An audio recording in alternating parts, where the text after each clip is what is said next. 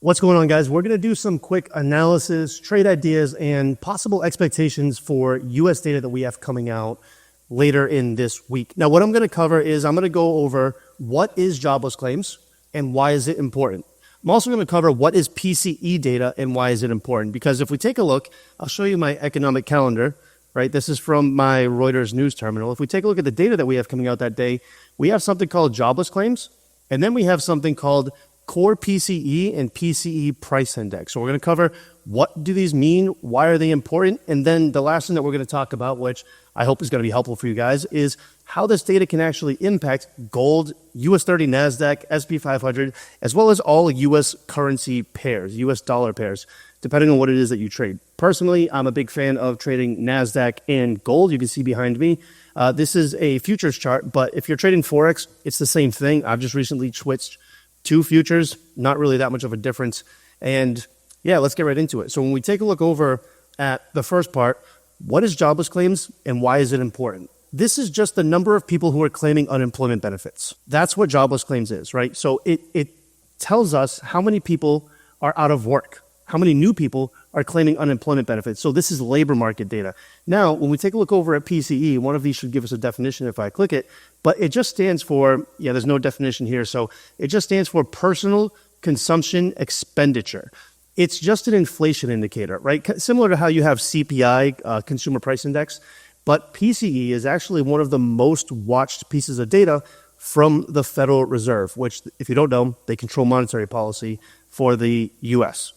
Now, both of these pieces of data are important because the markets and the Federal Reserve pays attention to this. This is how they control or determine what they're going to do with monetary policy. And if you don't know, monetary policy has a very strong impact on gold, has a very strong impact on Nasdaq. If you go take a look at what Nasdaq started doing when the Feds started raising rates in March 2022, you can see here, we actually started getting into that bearish. Now, we have some pretty aggressive pullbacks, that's fine, but overall, this bearish market structure on NAS. And you can see that before then, when they weren't raising rates, you can even see, even though this was during an economic, call it a recession during COVID, when we were holding rates a lot lower, 0%, NASDAQ was just taking off, right? Same thing with US 30, same thing with gold. So monetary policy has a very strong impact on the markets. And if you can determine how economic data, like jobless claims and PCE data, is going to impact monetary policy, this is how we can determine what trades to take, right?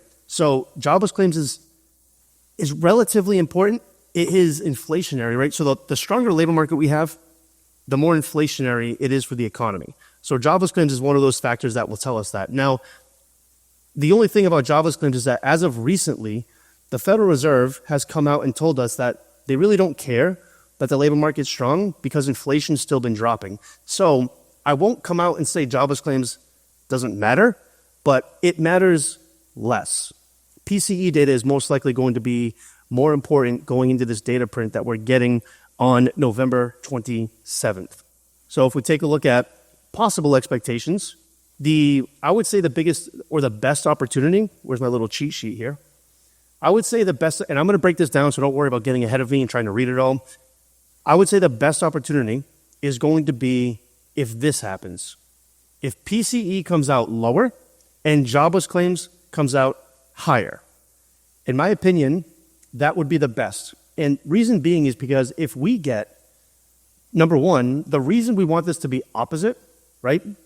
Lower PCE, higher jobless claims is because if PCE comes out lower, this is an inflationary indicator, right? So if it comes out lower, that's kind of an indication that, okay, inflation's dropping, right? Price pressures are lowering. But if jobless claims come out lower, that means we have a stronger labor market than expected. That's mixed data. Technically, it's mixed data. Now, like I said, I think jobless claims can be a little less important, but if you have a strong labor market, but you have prices dropping, it can give you mixed markets. Same thing, if you get high PCE, but high jobless claims, that means you have a weakening labor market and inflation going higher. That's something called stagflation, right? So also not good for the markets. Now, if we get what I said would be the best opportunity would be this low PCE and high jobless claims. You can see I put these little red boxes, right? So that would be, it would match up with this. It would be deflationary. If this happens, and let's say you're trading, we'll start with gold. I would be looking for gold buys, right? A deflationary print, higher jobless claims, lower PCE, is most likely only going to confirm that the Federal Reserve can continue cutting rates. Because right now, if you take a look at this little chart here, this is also from my news terminal, you can see how the markets are currently priced in for interest rates. If you take a look here, the Federal Reserve, we can see the most probable action, and then you can see a change. They're looking at a negative 0.25% rate cut. And then you can see the probability says 53% priced in. Now, we're also 46% priced in for a pause. You see how it says no change right there. So we're actually kind of 50-50 split down the middle. Now, if this PCE data comes out lower and jobless claims comes out higher, which is unlikely because we keep getting strong labor market, but if this happens, we're most likely going to be able to come back and see this probability increase above 53%.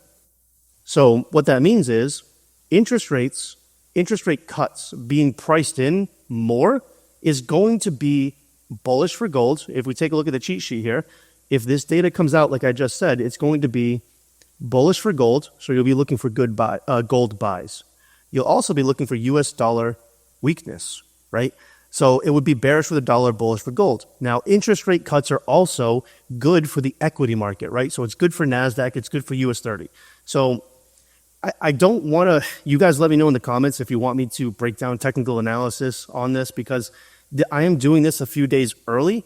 I don't want to get too crazy with the technicals because Nasdaq, gold, it might be in a completely different place. You know, I trade this live with my day trading community, or I send analysis inside of the free Telegram group that we have, and it's a little more up to date, but this might be different, right? So it's just a matter of if we can get, you know, depending on how you guys mark up your technicals, if that data comes out, like I said, higher jobless claims, lower PCE, you're just looking for it to hold support and then push up.